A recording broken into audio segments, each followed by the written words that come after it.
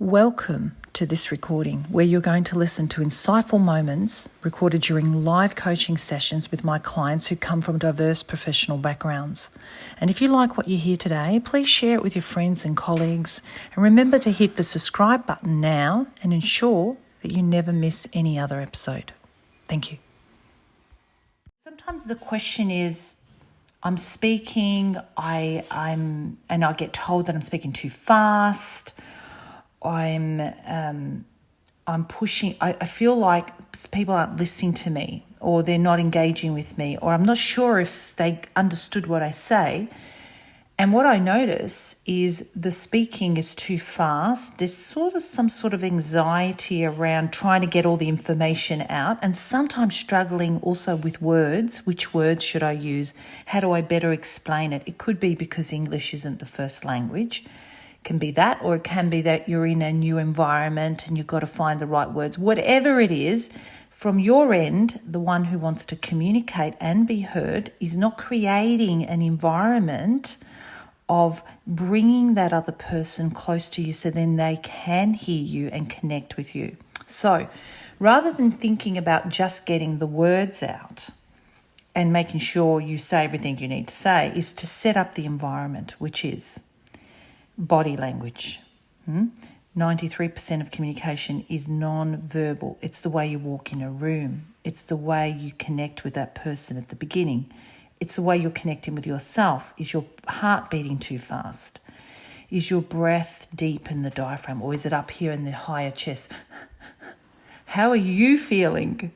What's going on for you as a person? Is your body relaxed, calm? Because your voice can only be whatever your body's condition is.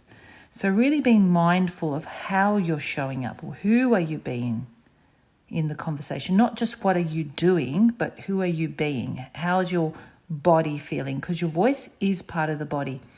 Now, when you do that, what you're actually looking at is the communication as a whole. Not just words, but you presenting the information.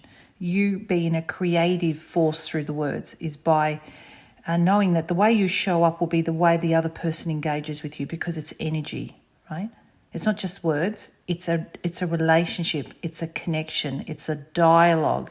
It's like throwing the ball to somebody and the other one throwing the ball back to you, right? It's a connection. It's a game we're playing. We're connecting together. You need both connection. You've got to have that connection.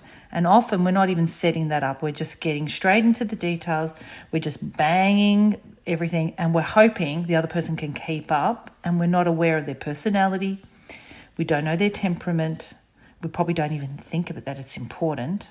And so we need to be mindful of those environmental aspects of communication, the non-verbals, how our body's feeling. How is the other person going?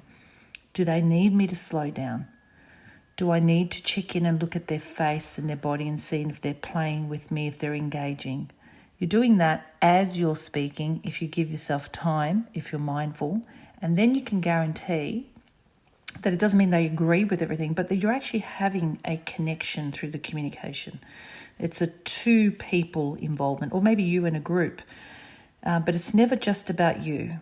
If it's just about you, then maybe be aware of that. And once you're finished, you can walk away and hope for the best. But that's, I would say, is not the purpose. And even in a recording, I'm pausing. I'm giving people time to think about it. I'm thinking there's going to be another person listening. I could speak a lot faster and get this all out in 1 second. But what I'm imagining is people may be feeling what I say, not just hearing it. And there's a lot of quotes about, that the way you make somebody feel is more memorable, right, than what they hear you say. For example, Maya Angelou, I've learned that people will forget what you said, people will forget what you did, but people will never forget how you made them feel. And that's the most important aspect of communication. And in that, we're showing value to others, right? Emotional intelligence tells us the more people can feel the value of what we're saying, how we value them by pausing, reflecting, looking at their reaction, listening deeply, empathetically. The more we do that, the more you have greater productivity. Productivity will be, whatever the end result is of that communication. The engagement will be deeper. Thank you for listening to this recording. I hope it has helped you. Please remember to subscribe to this channel. I'll see you next time.